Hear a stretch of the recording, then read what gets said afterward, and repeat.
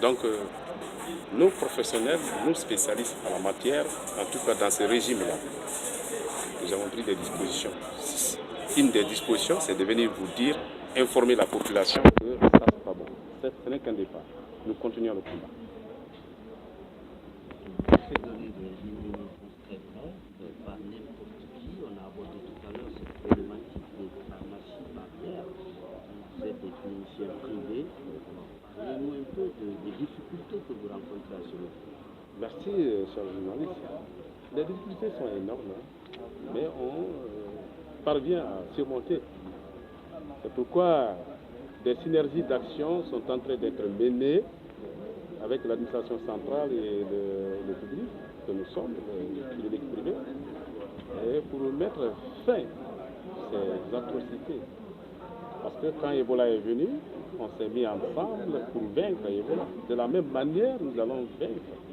Vous n'êtes pas sans savoir que pas, tous ceux qui vendent les médicaments en Guinée ne sont pas des professionnels. Normalement, les gens qui détiennent les médicaments, c'est les pharmaciens. Malheureusement, même tu connais, n'importe qui peut vendre en Guinée. C'est ça que c'est la lutte là qu'on est en train de mener et nous allons réussir le pari.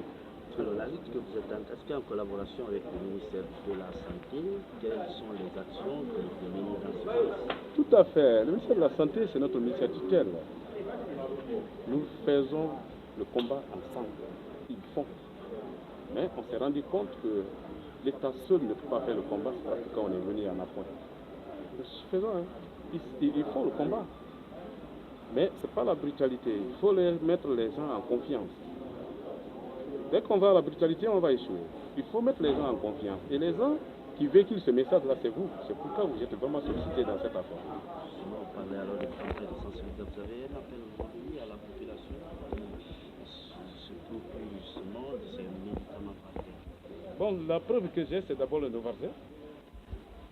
Et j'ai dit à la population, n'importe qui dans les autres pays ne vend pas les médicaments. Et quand vous allez même dans les autres pays, dans une pharmacie, tu dis je veux le médicament, on va te dire, si tu n'as pas d'ordonnance prescrite par un médecin, vraiment, ce n'est pas la peine. C'est ce message-là que nous voulons apporter à la population pour que les choses changent. Allez-y dans les cliniques, allez-y dans les hôpitaux publics, consultez-vous, c'est eux qui savent ce que vous devrez prendre. N'allez pas vous-même acheter les médicaments, qui est souvent dangereux. Je prends un exemple sur le cotrimoxazole. Quelqu'un a surdosé ça chez lui, mais toute sa peau est enlevée. Voilà. Toute sa peau est enlevée. Mais si on ne vient pas ici vous véhiculer le message là que le cotrimoxazole ne se prend pas n'importe comment, c'est pas bon pour la population. Voilà.